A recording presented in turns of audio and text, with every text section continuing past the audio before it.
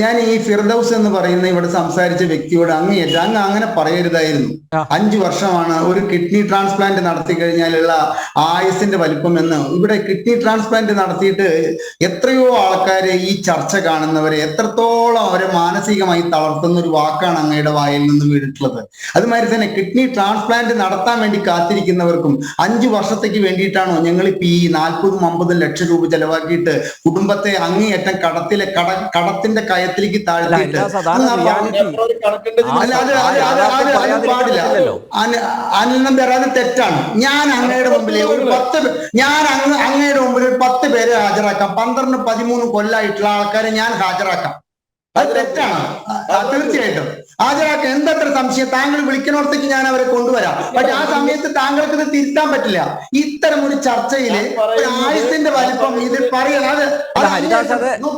ഹരിദാസ്, അത് immunity power കൂടുതലുള്ളവരായിരിക്കാം ഒരുപക്ഷെ താങ്കൾ പറയുന്നത്. ഇമ്മ്യൂണിറ്റി പവറിന്റെ കാര്യത്തിലല്ല അനിൽ നമ്പ്യാർ. നമ്മുടെ ആധുനിക വൈദ്യശാസ്ത്രം നിത്യേന ഇറക്കുന്ന മരുന്നിന്റെ പവറിലാണത്. പണ്ട് ഈ ഇദ്ദേഹം പറഞ്ഞിട്ടുള്ള കാര്യം സത്യമായിരുന്നു. കാരണം എന്താ വെച്ചാൽ എന്നോട് തിരുവനന്തപുരം മെഡിക്കൽ കോളേജിൽ ഒരു പ്രൊഫസർ, നെഫ്രോളജി പ്രൊഫസർ പറഞ്ഞിട്ടുണ്ട്, പരമാവധി 10 വർഷത്തെ ആയുസ്സാണ് ഒരു കിഡ്നി ട്രാൻസ്പ്ലാന്റ് നടത്തിയ രോഗിക്കുള്ളത് എന്ന് പറഞ്ഞിട്ടുണ്ട്. പക്ഷെ ഇപ്പൊ ഇദ്ദേഹത്തോട് തന്നെ ഞാൻ ഈ കാര്യം സംസാരിച്ചപ്പോൾ ഞാൻ എന്റെ ഈ ബന്ധുവിന് വേണ്ടിയിട്ടുള്ള ഓപ്പറേഷന്റെ കാര്യം ആ കാലമൊക്കെ പോയി ഹരിദാസ്. ഇപ്പൊ കൊടുക്കുന്നത് 1.25 ലക്ഷം രൂപയുടെ ഒരു ഇഞ്ചക്ഷൻ ഈ കിഡ്നി ട്രാൻസ്പ്ലാന്റിന് മുമ്പും കൊടുക്കുന്നുണ്ട്. 1.25 ലക്ഷം രൂപയുടെ ഒരു ഇഞ്ചക്ഷൻ കിഡ്നി ട്രാൻസ്പ്ലാന്റിന് ശേഷവും നടത്തുന്നുണ്ട്. ഈ മരുന്നുകളുടെ ശക്തി കൊണ്ട് ബ്ലഡിലെ വൈറ്റ് സെല്ലാണ് നമ്മുടെ ഇമ്മ്യൂണിറ്റിനെ കൺട്രോൾ ചെയ്യുന്നത്. സുഹൃത്തെ, താങ്കളോളം എനിക്ക് മെഡിക്കൽ വിവരമില്ല എന്ന് താങ്കൾ വിചാരിച്ചിട്ട് ഇത്തരത്തിലുള്ള ചോദ്യങ്ങൾ ചോദിക്കരുത്. താങ്കൾ ഈ കേരളത്തിലെ ഒരുപാട് കിഡ്നി ട്രാൻസ്പ്ലാന്റ് മനോവീര്യം തകർക്കുന്ന ഇത്തരത്തിലുള്ള കാര്യങ്ങൾ നമ്മൾ ഈ ചർച്ചയിൽ വിളിച്ചു പറയുന്നത് തീർച്ചയായിട്ടും അത് പറയരുതായിരുന്നു.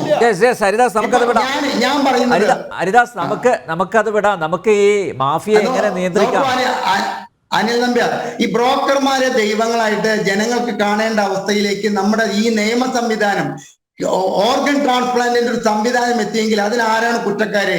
നമ്മുടെ സർക്കാരാണ് അതിന് കുറ്റക്കാര്.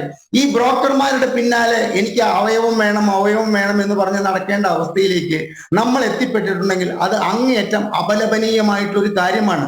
ജീവിത സാഹചര്യം മനുഷ്യന്റെ അവയവങ്ങളുടെ പ്രവർത്തനം മന്ദീഭവിച്ച് അതൊരു അവയവമാറ്റ സാഹചര്യത്തിൽ കൊണ്ടുചെന്ന് എത്തിക്കുന്നത് നിത്യസംഭവമായപ്പോൾ ഇത്തരം അവയവ മാഫിയകള് പുറത്തേക്ക് ഇറങ്ങിയത് കണ്ടിട്ടും കണ്ടില്ലെന്ന് നടിക്കുന്ന നമ്മുടെ ഇപ്പോഴത്തെ ഈ നിയമ സംവിധാനവും നീതി നിർവഹണ സംവിധാനവും അങ്ങേയറ്റം അപകടകരമായ ഒരു സാഹചര്യത്തിലൂടെയാണ് പുറത്തേക്ക് പോയിക്കൊണ്ടിരിക്കുന്നത്. അവയവ കച്ചവടം പൊടിപൊടിക്കുന്ന കാര്യം സർക്കാർ അറിയുന്നില്ല, അല്ലെങ്കിൽ ഇവിടുത്തെ നീതി നിയമപാലകർ അറിയുന്നില്ല എന്ന് പറഞ്ഞാൽ അവർക്ക് നന്നായിട്ട് അറിയാം. ഞാൻ 2 ഉദാഹരണങ്ങൾ പറയാം.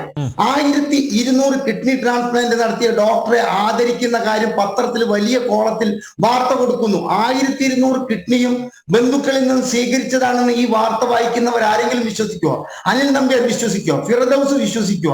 ഒരാളും വിശ്വസിക്കില്ലെന്ന് അറിഞ്ഞുകൊണ്ട് തന്നെ 1200 കിഡ്നി ട്രാൻസ്പ്ലാന്റ് നടത്തിയ ഡോക്ടറെ ആദരിക്കുന്നു. ഇപ്പോ എറണാകുളത്തെ മറ്റൊരു ആശുപത്രിയിൽ കഴിഞ്ഞ ആഴ്ച ഒരു പ്രമുഖ നടൻ, ഒരു പ്രമുഖ സംവിധായകൻ, അദ്ദേഹം വന്നിട്ട് ഒരു ഡോക്ടർക്ക് ആദരവ് അർപ്പിക്കുന്നതും ഒരു പ്രമുഖ പത്രത്തിൽ കണ്ടു. അത് 1000ാമത്തെ കിഡ്നി ട്രാൻസ്പ്ലാന്റ് നടത്തിയ വ്യക്തിയാണ്. അപ്പൊ ഞാൻ ചോദിക്കുന്നത്, 1000 കിഡ്നിയും മാറ്റിവെക്കപ്പെടുന്നത് ബന്ധുക്കളുടെ അല്ല എന്ന് അറിഞ്ഞിട്ടും എവിടെ നിന്നാണ് ഈ കിഡ്നി ലഭിക്കുന്നത്? ഇതിനെ കുറിച്ചിട്ട് എന്തുകൊണ്ടാണ് അധികൃതർ അന്വേഷിക്കാത്തത്? അത് അങ്ങേയറ്റം തെറ്റായിട്ടുള്ള കാര്യമല്ലേ? അപ്പൊ ജനങ്ങൾക്ക് ബ്രോക്കർമാരെ ആശ്രയിച്ച് ജീവിക്കേണ്ട, ഇത്തരം കാര്യങ്ങളിൽ ബ്രോക്കർമാരെ ആശ്രയിച്ച് ജീവിക്കേണ്ട അവസ്ഥ വന്നിട്ടുണ്ടെങ്കിൽ അത് നമ്മുടെ സാമൂഹ്യ വ്യവസ്ഥയുടെ പരാജയമാണ് എന്നുള്ള കാര്യത്തിൽ യാതൊരു സംശയവുമില്ല. പൊതു താല്പര്യ ഹർജികൾ കൊണ്ട് ഹൈക്കോടതിയിൽ ഒരുപാട് പൊതു താല്പര്യ ഹർജി ഈ വിഷയത്തിൽ കൊടുത്തിട്ടുണ്ട്. ഞാൻ 1-2 കേസിൽ പോയിട്ട് കക്ഷി ചേർന്നിട്ടുണ്ട്. എന്തിനു വേണ്ടിയിട്ടെന്ന് ഒരു രജിസ്ട്രേഷൻ സംസ്കാരം കൊണ്ടുവരണം. കിഡ്നി കൊടുക്കുന്ന വ്യക്തിക്ക് അത് ഒരു വെബ്സൈറ്റിൽ, സർക്കാരിന്റെ വെബ്സൈറ്റിൽ ഞാൻ എൻ്റെ ഒരു കിഡ്നി കൊടുക്കാൻ തയ്യാറാണ് എന്ന് പറഞ്ഞുകൊണ്ട് കൊടുക്കാനുള്ള ഒരു സംവിധാനം നമുക്ക് വേണം. നമുക്ക് അതേക്കുറിച്ച് വേണം സംസാരിക്കാൻ. കാരണം ഇന്ന് എനിക്ക് ഈ പ്രശ്നങ്ങളൊന്നുമില്ല. എൻ്റെ കിഡ്നി സജീവമായിട്ട് അത് പ്രവർത്തിക്കുന്നു. പക്ഷെ നാളെ രാവിലത്തെ കാര്യം അറിയില്ല. അതുകൊണ്ടാണ് പറയുന്നത്, നമുക്കിത് വരുമ്പോ, നമുക്ക് വേണ്ടപ്പെട്ടവർക്ക് വരുമ്പോ ഉണ്ടാവുന്ന പ്രതിസന്ധി ഉണ്ടല്ലോ, അത് തരണം ചെയ്യാൻ എളുപ്പമല്ല. ഇപ്പൊ 4 അല്ല 8 അല്ല 10 ലക്ഷം രൂപ അഡ്വാൻസ് കൊടുക്കാനും എന്നെ പോലുള്ളവർ തയ്യാറാവുന്ന ഒരു സാഹചര്യമാണ് അനിൽ നമ്പ്യാർ ഞാനിവിടെ വിവരിച്ചത്.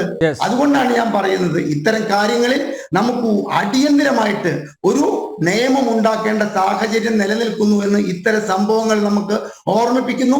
വിദേശത്തേക്ക് ഇവിടെ നിന്ന് പോയവർ എത്ര പേരെ കൊണ്ടുപോയിട്ട് 19 പേരാണ്, 19 1 ഒരു മലയാളി അടക്കം 19 പേരില്ലേ. പക്ഷെ ഈ 19 പേർക്ക് പകരം 190 പേര് ഒരു പക്ഷെ അവിടെ മരണപ്പെട്ടിട്ടുണ്ടെങ്കിൽ അതൊക്കെ ഇനി അന്വേഷണത്തിലൂടെ പുറത്തു വരുമ്പോഴാണ് ഈ മാഫിയയുടെ വലിപ്പവും ഈ പിടികൂടപ്പെട്ടവർ കേവലം നത്തോലികളാണെന്നും നമുക്ക് മനസ്സിലാകാൻ പോകുന്നു.